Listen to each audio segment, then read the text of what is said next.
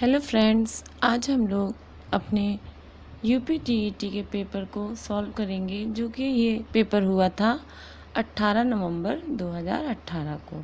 चलिए शुरू करते हैं। इसका भाग 1, बाल विकास एवं शिक्षा शास्त्र। क्वेश्चन नंबर 1, कोहलर यह सिद्ध करना चाहता था कि सीखना क्या है? संज्ञानात्मक संकार्य है। क्वेश्चन नंबर 2, किसी भी नई भाषा को सीखने के लिए कहाँ से प्रारंभ किया जाना चाहिए? अक्षरों व शब्दों के मध्य सहचर्य से। क्वेश्चन नंबर 3, समावेशी कक्षा में किस प्रकार का या के छात्र शामिल हो सकते हैं? सामान्य और विशिष्ट छात्र। क्वेश्चन नंबर 4, अधोलिखित में गणित संबंधी अधिगम अक्षमता को कौन सा पद परिभाषित करता है? गणना दोष। क्वेश्चन नंबर 5, समावेशीकरण की सफलता के लिए आवश्यक है संवेदनशीलता।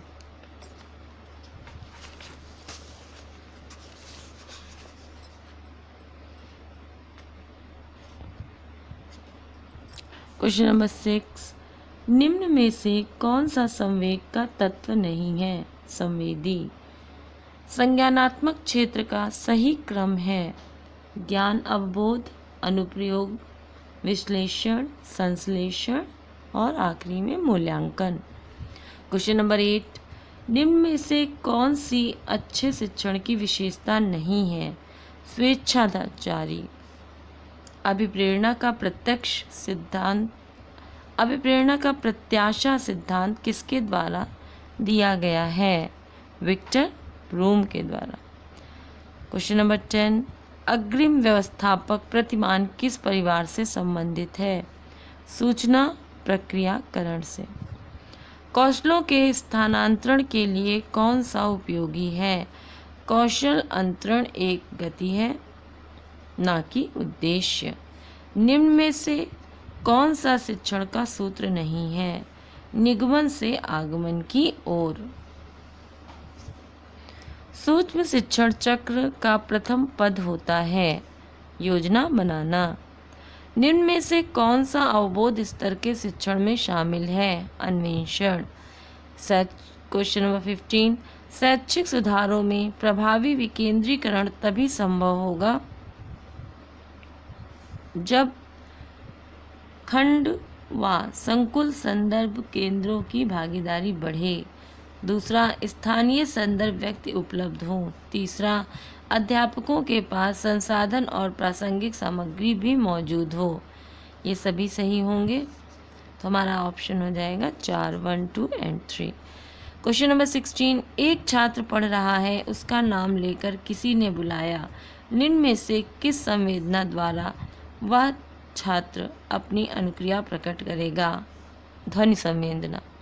क्वेश्चन नंबर 17, पियाजे के सिद्धांत के अनुसार प्राक संक्रियात्मक व्यवस्था की अवधि क्या है? 2 से 7 वर्ष।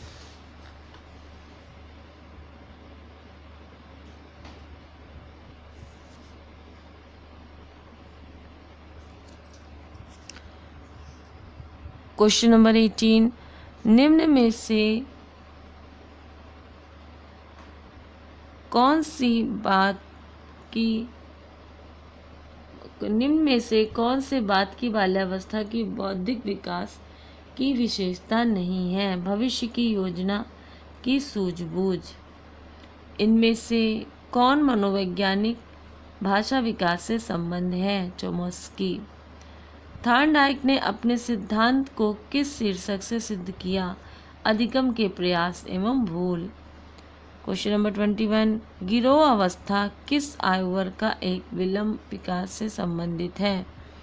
8 से 10 वर्ष एवं समाजीकरण।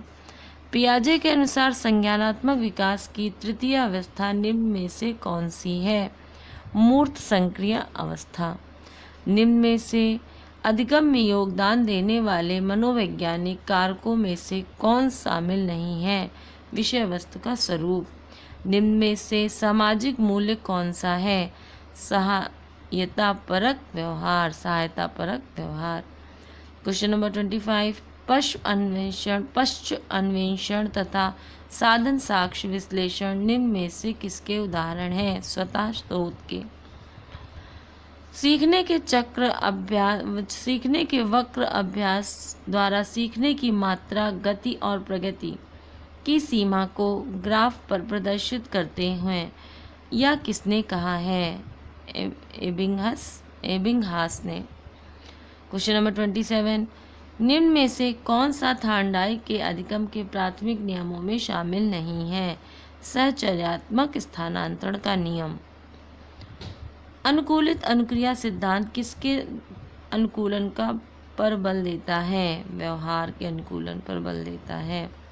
क्रिया प्रसूत अनुबंधन का दूसरा नाम है नैमित्तिक अनुबंधन। निम्न में से कौन सी अधिगम की एक विशेषता नहीं है? अधिगम का अवलोकन प्रत्यक्ष रूप से किया जा सकता है। ये हमारे मनोविज्ञान के क्वेश्चन हो गए। अब हम लोग हिंदी के क्वेश्चन देखेंगे जो वर्ष 2018 में पूछे गए थे। चलिए शुरू करते हैं। प्रागैतिहासिक में किस उपसर्ग का प्रयोग हुआ है? प्राक। तुलसीदास किसकी कविता है? सूर्यकांत त्रिपाठी निराला की। बहिष्कार का संधि विच्छेद क्या है? बहि प्लस कार। वैदेही वनवास किसकी रचना है? अयोध्या सिंह उपाध्याय हरिऔध की।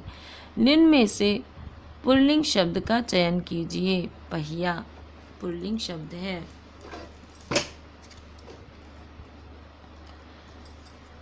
दिए गए गद्यांश को पढ़कर निम्न प्रश्नों के सही विकल्प छांटिए। चलिए पढ़ते हैं। स्पष्टता, आत्मविश्वास, विषय की अच्छी पकड़ और प्रभावशाली भाषा में अपने विचारों और भावनाओं को व्यक्त करना ही संप्रेषण कला है, जो निरंतर अभ्यास में निखारी जा सकती है। एक दिन में कोई अच्छा वक्ता नहीं बन सकता तथा भाषा पर अनायास ही किसी की पकड़ नहीं हो पाती। इसी अभ्यास में स्वामी विवेकानंद ने जिस संप्रेषण कला का विकास किया था, उसने विश्व धर्म सम्मेलन में लाखों अमेरिकी निवासियों को चकित और मोहित कर दिया था। अब देखिए, इसी पे बेस क्वेश्चन पूछेंगे।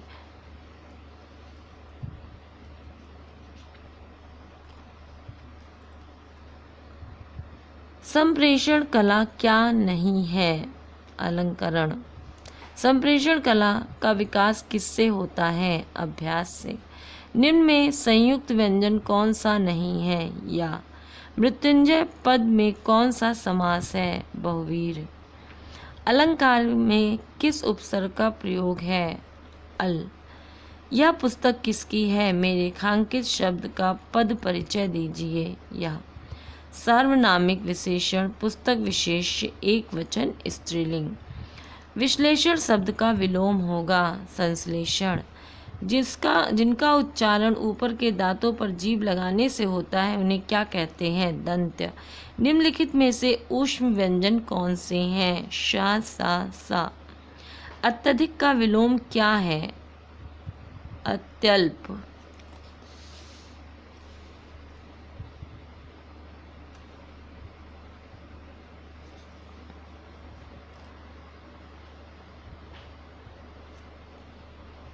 रित का विलोम क्या है? अमृत।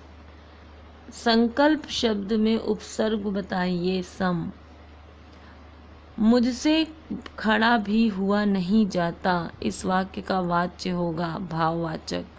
तद्भव और उसके तत्सम का कौन सा मेल गलत है? औद्र अंत। ये आत अंत गलत है। लेखक और उसकी रचना का कौन सा जोड़ा गलत है? स्कंद गुप्त, लक्ष्मी नारायण मिश्र, ये गलत है।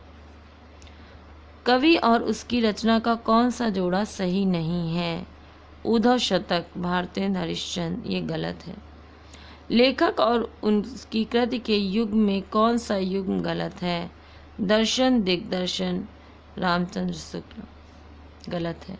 विराम चिन्ह की दृष्टि से कौन सा वाक्य अशुद्ध है? हाँ, मेरा यही विचार है, ये गलत है। कौन सा शब्द भिन्न अर्थ और प्रकृति का है? अधुनातन। अर्वाचीन शब्द का विलोम होगा प्राचीन।